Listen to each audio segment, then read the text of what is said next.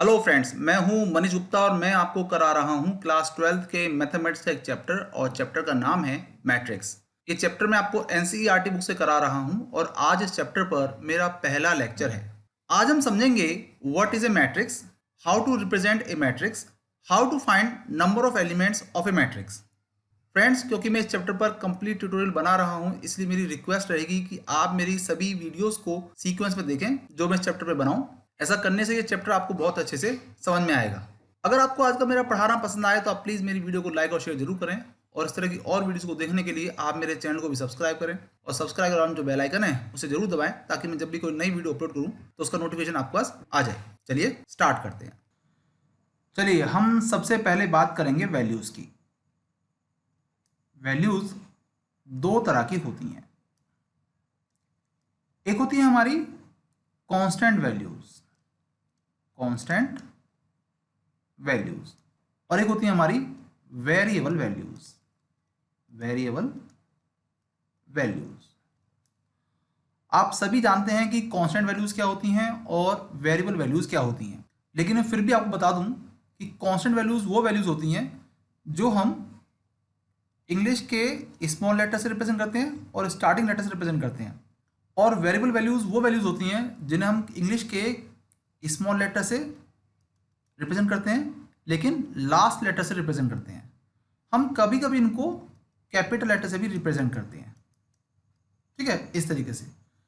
तो हम ये जानते हैं कि किसी भी इक्वेशन को फॉर्म करने के लिए, किसी भी इक्वेशन को फॉर्म करने के लिए हमें कांस्टेंट वैल्यू भी चाहिए होती हैं। We need constant values and we need variable values, variable value. तो आपने अब तक बहुत टाइप की इक्वेशंस देखी हुई हैं। जैसे आपने अब तक लीनियर इक्वेशंस के बारे में पढ़ा है ना? आपने क्वाड्रेटिक इक्वेशंस के बारे में पढ़ा है, आपने क्यूबिक इक्वेशंस के बारे में पढ़ा है, और आपने बाय क्वाड्रेटिक इक्वेशन के बारे में भी पढ़ा हुआ है। तो बहुत टाइप के इक्वेशन के बारे में आपने पढ़ा हुआ है। इस चैप्टर के अंदर हम लोग डील करेंगे लीनियर इक्वेशंस को। देखिए, लीनियर इक्वेशन को भी आपने समझा हुआ है कि लीनियर इक्वेशन होती है हमारी, एक तो होती है हमारी जो वन वेरिएबल में होती हैं, एक हमारी लीनियर इक्वेशन होती हैं जो टू वेरिएबल में होती हैं, और लीनियर इक्वेशन हमारी थ्री वेरिएबल में भी होती हैं। अब तक की क्लासेस में आपने linear equation in one variable और लीनियर इक्वेशन टू वेरिएबल के बारे में पढ़ा हुआ है। इस बार हम linear equation in three variable को भी पढ़ेंगे। मैं आपको रिकॉल कराने के लिए linear equation in one variable का एग्जांपल दे देता हूं। जैसे कि आपने इक्वेशन देखी थी 2x plus 4 is equal to 0। Linear equation in two variable का एग्जांपल है जैसे 2x प्लस में 3y इज इक्वल टू 7 और 3x प्लस में 2y इज इक्वल टू 5। तो लीनियर इक्वेशन सॉल्व कैसे करते हैं ये वाली बात आपको पता है। जैसे linear equation in one variable है तो उसको सॉल्व करने का मतलब ये है कि हमें x की वैल्यू फाइंड करनी है। अब x की वैल्यू फाइंड करने के लिए हम क्या करेंगे, हम यहाँ पर जैसे 2x को रखेंगे यहाँ पर और 4 को हम उधर ट्रांसपोज कर देंगे तो ये जाएगा -4। तो x इक्वल टू क्या जाएगा यहाँ पर, क्या जाएगा -2। तो ये हो गया इस इक्वेशन का सॉल्यूशन। जब लीनियर इक्वेशन टू वेरिएबल होता है तो हमारे पास दो वेरिएबल होते हैं, दो वेरिएबल होंगे तो हमारे पास दो ही इक्वेशन होती हैं उनको सॉल्व करने के लिए।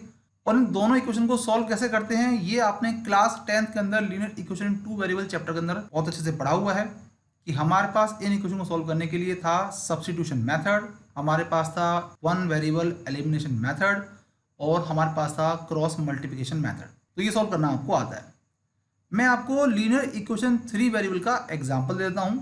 आपने इस तरह की इक्वेशन हार्डली ही देखी होंगी, ठीक है, लेकिन जिन बच्चों ने अपनी स्टडी आर.डी. शर्मा या दूसरे रेफरेंस बुक्स के थ्रू करी हुई है तो वो बच्चे जानते हैं कि लीनियर इक्वेशन थ्री वेरिएबल्स भी होती हैं और उनको सॉल्व भी किया जाता है। हालांकि लीनियर इक्वेशन थ्री वेरिएबल को सॉल्व करने में थोड़ी सी हमें दिक्कत आती है क्योंकि वो थोड़ा लेंथी क्वेश्चन हो जाता है, लेकिन फिर भी मैं यहाँ पर आपको लीनियर इक्वेशन थ्री वेरिएबल का आपको एग्जाम्पल देता हूँ। जैसे मान लीजिए इक्वेशन जैसे a1x plus b1y plus c1z is equal to d1, a2x plus B2y plus C2z is equal to D2, A3x plus B3y plus C3z is equal to D3। कुछ बच्चे ये भी पूछ रहे हैं कि सर लीनियर इक्वेशन की पहचान क्या होती है, क्वाड्रेटिक इक्वेशन की पहचान क्या होती है, क्यूबिक इक्वेशन की पहचान क्या होती है, ये आप हमें एक बार प्लीज़ बता दीजिए। तो मैं आपको बता देता हूँ कि लीनियर इक्वेशन का मतलब क्या होता है। देखिए, इक्वेशन के अंदर जैसे मैंने बताया आपको कि कांस्टेंट वैल्यूज होती हैं और वेरिएबल वैल्यूज होती हैं। वेरिएबल वैल्यूज मतलब एक्स वाई जेड।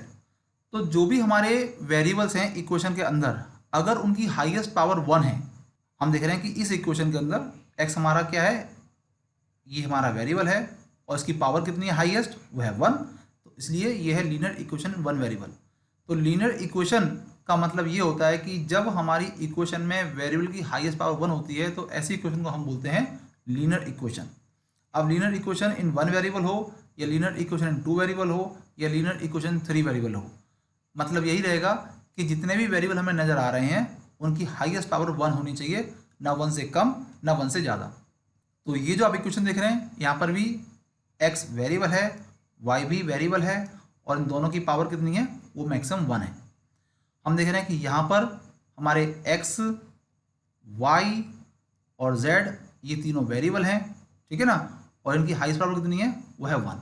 तो इस तरह की इक्वेशन को हम बोलते हैं लीनियर इक्वेशन, ठीक है।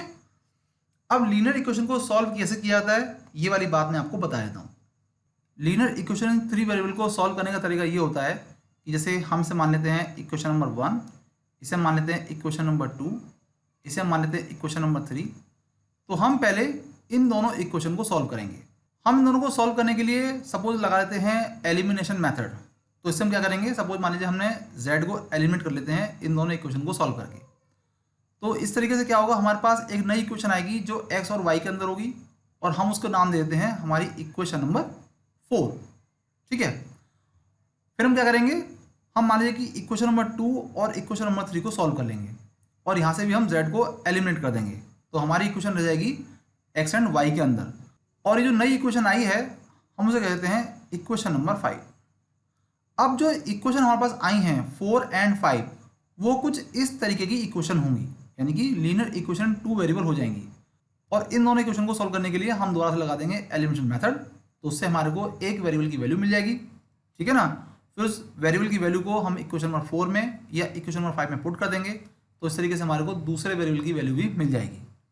और फिर हम इन दोनों वेरिएबल को हम इक्वेशन नंबर 1 में या इक्वेशन नंबर 2 में या इक्वेशन नंबर 3 में कहीं भी पुट करेंगे और इससे हमारे को थर्ड वेरिएबल की वैल्यू मिल जाएगी। तो ये तो है एक हमारा ट्रेडिशनल तरीका जो अब तक हम सॉल्व करते आए हैं छोटी क्लासेस के अंदर। और अब हम यहाँ पर एक नई चीज़ सीखने वाले हैं, वो है मैट्रिक्स। क्योंकि चैप्टर हमारा है मैट्रिक्स, तो हम यहाँ पर लीनियर इक्वेशन को ही डील करेंगे और हम इन वेरिएबल की वैल्यूज फाइंड करेंगे, लेकिन एक अलग तरीके से। यानी जो अब तक हमने मेथड यूज़ किया है, सब्स्टिट्यूशन मेथड या एलिमिनेशन मेथड या क्रॉस मल्टीप्लिकेशन मेथड, हम उन मेथड को यूज़ नहीं करेंगे। हम एक नई तरीके से इन इक्वेशंस को सॉल्व करेंगे। तो इन इक्वेशन को हम सॉल्व कैसे करते हैं, with the help of matrix. अब हम उस चीज़ को समझना चाहते हैं। देखिए, इन इक्वेशन को मैट्रिक्स मेथड से सॉल्व करने से पहले हमें ये समझना पड़ेगा कि इस इक्वेशन को हम लोग मैट्रिक्स में कैसे रिप्रेजेंट कर सकते हैं। अब मैं आपको दिखा रहा हूँ कि जो लीनियर इक्वेशंस हैं उन्हें हम मैट्रिक्स में कैसे रिप्रेजेंट कर सकते हैं, यानी कि how to convert linear equations into matrix. तो इसके लिए मैं मान लेता हूँ कि मेरे पास 3 इक्वेशन है। मान लीजिए कि a1x plus b1y c1z is equal to d1, a2x plus b2y plus c2z is equal to d2, a3x plus b3y plus c3z is equal to d3। तो ये मेरी है इक्वेशन नंबर 1, ये मेरी है इक्वेशन नंबर 2, ये मेरी है इक्वेशन नंबर 3, ठीक है। तो ये जो x, y, z है ये क्या है, ये वेरिएबल है। a1, b1, c1 ये क्या है, ये कोफिशिएंट कहलाते हैं। और ये जो d1 है ये हमारा कांस्टेंट पार्ट कहलाता है। A2 B2 C2 ये हमारे कॉफिशेंट हैं और D2 क्या हमारा कांस्टेंट पार्ट है। A3 B3 C3 ये हमारे कॉफिशेंट हैं और जो D3 है ये हमारा कांस्टेंट पार्ट है। तो हम क्या करेंगे कि जो कॉफिशेंट ऑफ x हैं, देखिए ये सारे क्या हैं, कॉफिशेंट ऑफ x हैं, ये हमारे कॉफिशेंट ऑफ y हैं, हम इनको भी अलग कर लेते हैं। ये हमारे कॉफिशेंट ऑफ z हैं, हम इनको भी अलग कर लेते हैं। अब मैं एक बॉक्स बना के, एक रेक्टेंगुलर बॉक्स बना के मैं इनको लिख लूँगा इसी तरीके से, यानी कि यहाँ पर मैं लिखूँगा A1, यहाँ लिखूँगा A2, यहाँ लिखूँगा A3, फिर मैं लिखूँगा इनको यानी कि B1 B2 B3, फिर मैं लिखूँगा इनको C1 C2 C3 और मैं इस ब्रैकेट को कर दूंगा बंद।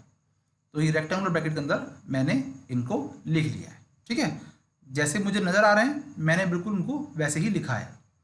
अब मैं एक रेक्टेंगुलर ब्रैकेट और बनाऊंगा और मैं यहाँ पर लिखूंगा वेरिएबल्स को, जो कि हैं एक्स वाई एंड जेड। तो जो वेरिएबल्स हैं हम उनको कुछ इस तरीके से लिखते हैं।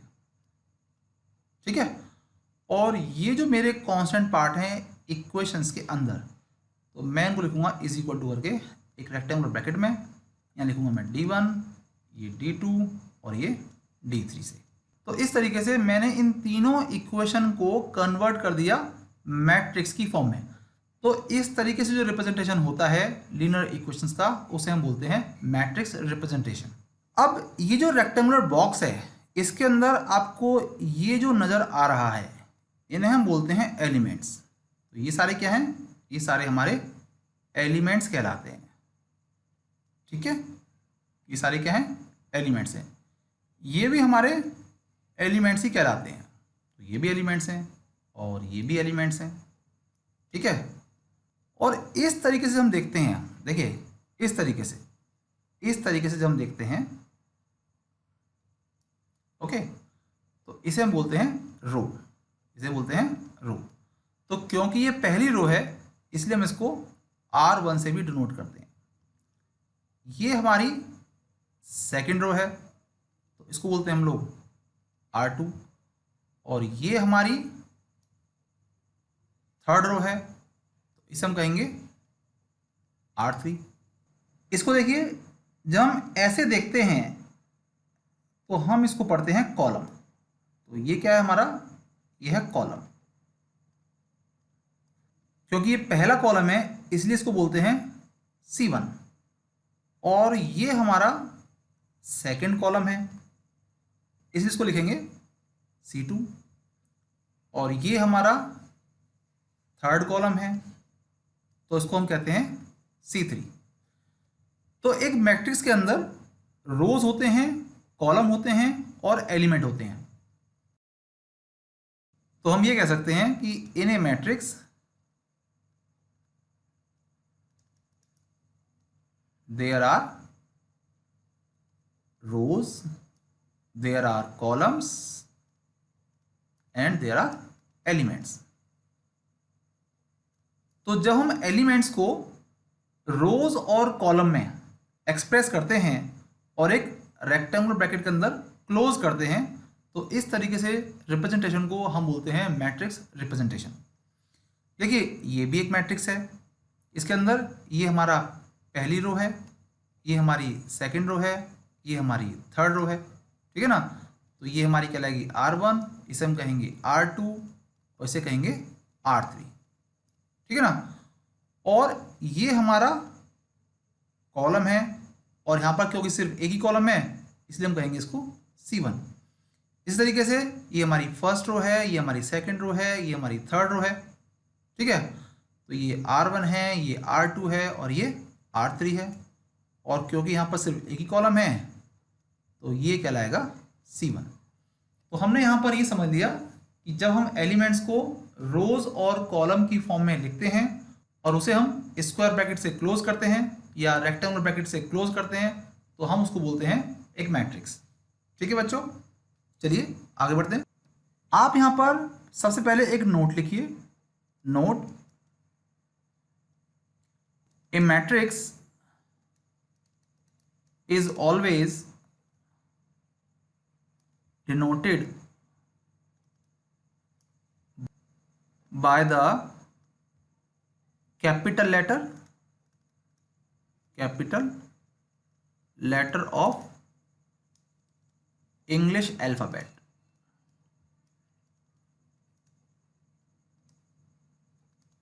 ये मैं आपको थोड़ी देर में अभी बताऊंगा कि इसका मतलब क्या है। फिलहाल हम देखते हैं कि मैट्रिक्स की स्टैंडर्ड रिप्रेजेंटेशन क्या है। तो ये है स्टैंडर्ड रिप्रेजेंटेशन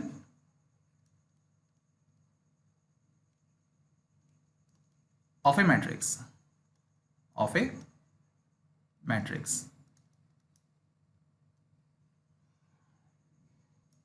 देखिए, एक मैट्रिक्स में जो एलिमेंट्स होते हैं हम उनको रिप्रेजेंट करते हैं A11, A12, A13 and so on up to A1n। इस तरीके से A21, A22, A23 and so on up to A2n, A31, A32, A33 and so on up to A3n। Similarly और भी हम आगे एलिमेंट्स लिख सकते हैं, ठीक है। तो ये हो जाएगा AM1, AM2, AM3 and so on up to AMN। और उसके बाद हम इनको ऐसे रेक्टेंगुलर ब्रैकेट में क्लोज कर देते हैं। अच्छा, हम यहां पर देख रहे हैं कि जो भी एलिमेंट लिखा गया है उसके साथ में 2 डिजिट नंबर लिखा गया है, ठीक है ना। तो ये जो पहली डिजिट है ये वाली, आप देख रहे हैं कि ये सेम है ना, ये सब जगह क्या है, सेम है। अच्छा, हम ये देख रहे हैं कि जो पहली डिजिट है वो सबकी क्या है, वो 1 है। ये 1 क्यों है पता है आपको? ये 1 इसलिए है क्योंकि ये हमारी फर्स्ट रो है। अब क्योंकि ये हमारी सेकंड रो है इसलिए जो फर्स्ट डिजिट है वो क्या है, वो 2 है, आप देख सकते हैं। अच्छा, क्योंकि ये थर्ड रो है इसलिए जो पहली डिजिट है वो 3 हमें नजर आ रही है ना। और इस तरीके से ये हमारी mth रो है इसलिए हमें पहली डिजिट m नजर आ रही है। तो हम ये कह सकते हैं कि इसके अंदर जो नंबर ऑफ रोज हैं वो कितनी है, वो है m। अच्छा, हम देख रहे हैं कि ये हमारा फर्स्ट कॉलम है, ये हमारा सेकंड कॉलम है। तो फर्स्ट कॉलम है तो हम देख रहे हैं कि लास्ट जो डिजिट है ना, वो सब सेम है ना। और वो क्या है, वो 1 है। क्यों? क्योंकि ये हमारा फर्स्ट कॉलम है। क्योंकि ये हमारा सेकंड कॉलम है और हम देख रहे हैं कि सेकंड जो डिजिट है वो है 2 सभी जगह पर, ठीक है ना। इस तरीके से ये हमारा थर्ड कॉलम है तो सेकंड डिजिट हमें 3 नजर आ रही है ना, क्योंकि ये थर्ड कॉलम है। अब क्योंकि ये हमारा nth कॉलम है इसलिए हमें लास्ट डिजिट n नजर आ रही है, ठीक है ना। तो हम ये कह सकते हैं कि जो नंबर ऑफ कॉलम्स हैं इस मैट्रिक्स के अंदर वो है n। अब मैंने यहां पर लिखा था कि a matrix is always denoted by capital letter of English alphabet. तो ये जो हमारी मैट्रिक्स है, यानी जब भी हम कोई मैट्रिक्स लिखेंगे उसे हम इंग्लिश के कैपिटल लेटर से रिप्रेजेंट करेंगे। जैसे हम कैपिटल ए से इसको रिप्रेजेंट कर देते हैं। हम यहाँ पर कैपिटल ए लिख सकते हैं, हम चाहें तो कैपिटल बी लिख सकते हैं, capital C, capital T, capital S, कुछ भी लिख सकते हैं। अच्छा, हम ये देख रहे हैं कि क्योंकि इस मैट्रिक्स के अंदर हमारे m रोज हैं और n कॉलम है, तो हम इसी a को इस तरीके से भी लिख सकते हैं। a नीचे हम लिखेंगे छोटा छोटा m इंटू में n, क्योंकि यहाँ पर m नंबर ऑफ रोज हैं और n नंबर ऑफ कॉलम्स हैं। तो m का मतलब क्या है, m का मतलब है number of rose, number of रोज। और n का मतलब क्या है, n का मतलब है number of columns, number of columns, ठीक है। चलिए, यहां पर आप एक नोट भी लिखिए। नोट ये है कि total number of elements in a matrix is equal to होता है m इंटू में n। देखिए ये फॉर्मूला में तब लगाना है जबकि हम ये जानना चाहते हैं कि किसी मैट्रिक्स के अंदर कितने एलिमेंट्स हैं। अगर हमें ये मालूम है कि किसी मैट्रिक्स में कितने रो हैं और कितने कॉलम हैं, तो हम ये बता सकते हैं कि उस मैट्रिक्स के अंदर कितने एलिमेंट्स हैं। तो ये जो m है इसका मतलब क्या है, इसका मतलब है नंबर ऑफ रोज, और n का मतलब क्या है, वह है नंबर ऑफ कॉलम्स। ठीक है। अच्छा, इससे हम एक बात और पता कर सकते हैं। देखिए अगर हमें ये मालूम है कि किसी मैट्रिक्स में कितने एलिमेंट्स हैं, तो हम ये बता सकते हैं कि उस मैट्रिक्स में कितने रो हैं और कितने कॉलम हैं। ये जो तरीका है रिप्रेजेंट करने का किसी भी मैट्रिक्स को, इससे हमें ये मालूम पड़ता है कि एक मैट्रिक्स में कितने रो हैं और कितने कॉलम हैं। तो हम जनरली एक मैट्रिक्स को रिप्रेजेंट करने के लिए कैपिटल लेटर के साथ नंबर ऑफ रोज और नंबर ऑफ कॉलम को भी लिखते हैं। मैं यहाँ पर आपको एक एग्जाम्पल लेकर जाता हूँ।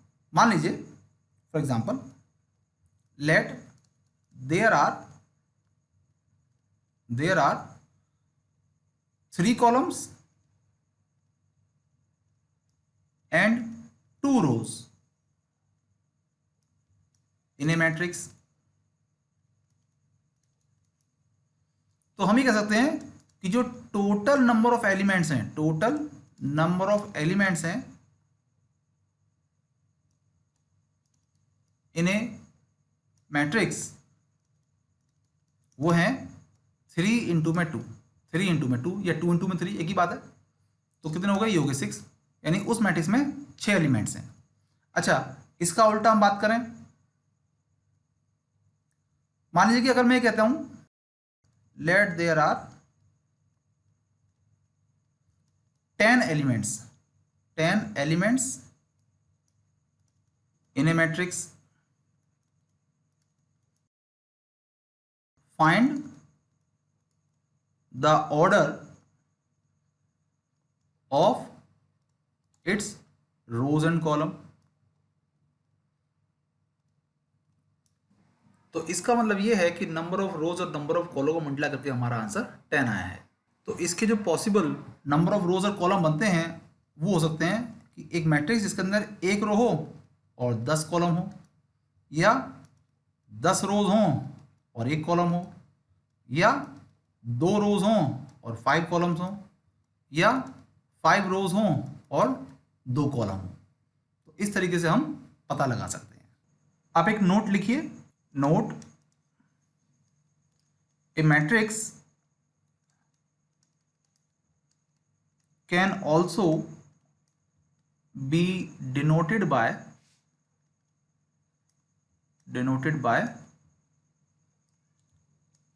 A is equal to AIJ। तो हम इस तरीके से भी रिप्रेजेंट करते हैं। तो यहां पर जो I का मतलब है वह है नंबर ऑफ रोज, और J का मतलब है number of columns.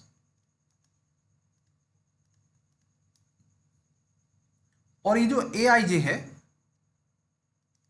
AIJ is called element indicator.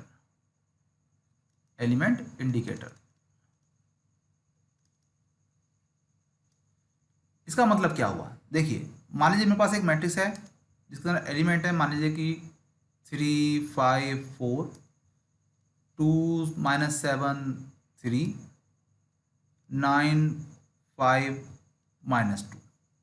ठीक है, तो ये कोई मेरे पास मैट्रिक्स है। तो इस मैट्रिक्स में हम देख रहे हैं कि ये हमारी फर्स्ट रो है, ये हमारी सेकंड रो है, ये हमारी थर्ड रो है, यानी कि हमारी R1 है, ये R2 है, ये R3 है। ठीक है, ये हमारा फर्स्ट कॉलम है इसलिए हम इसको लिखेंगे C1, ये हमारा सेकंड कॉलम है हम इसको लिख सकते हैं C2, ये हमारा थर्ड कॉलम है इसे हम लिख सकते हैं C3। हम देख रहे हैं कि इस मैट्रिक्स के अंदर 3 रो हैं और 3 ही कॉलम हैं, तो मैं इस A को लिख सकता हूँ 3 इंटू 3 करके, यानी कि एक मैट्रिक्स को रिप्रेजेंट करने का ये भी एक तरीका हो सकता है। तो इस मैट्रिक्स को मैं ऐसे भी लिख सकता हूँ 3/3 इज इक्वल टू इस तरीके से AIJ। अब AIJ का मतलब क्या है, AIJ का मतलब क्या है, एलिमेंट इंडिकेटर। ये क्या है, एलिमेंट इंडिकेटर।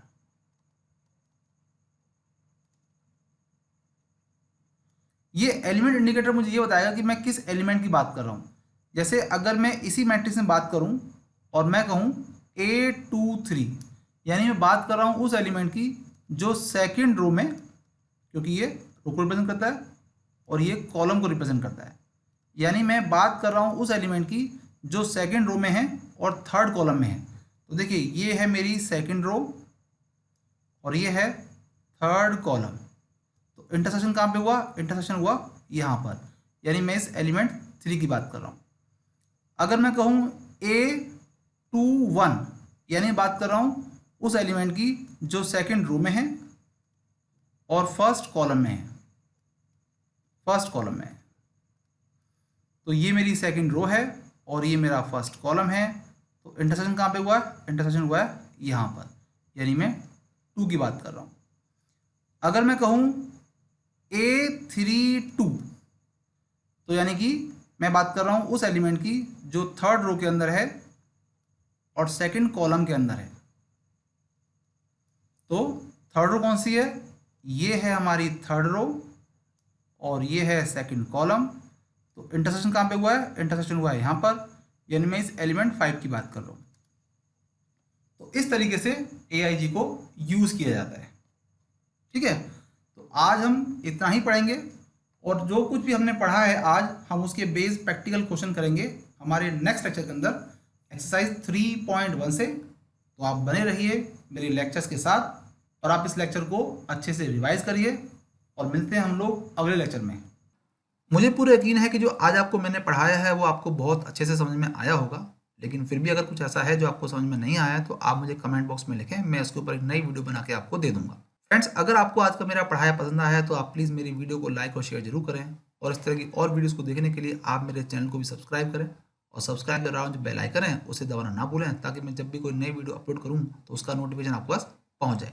चलिए मिलते हैं अगले लेक्चर में एक नए टॉपिक के साथ, तब तक के लिए बाय बाय, थैंक यू।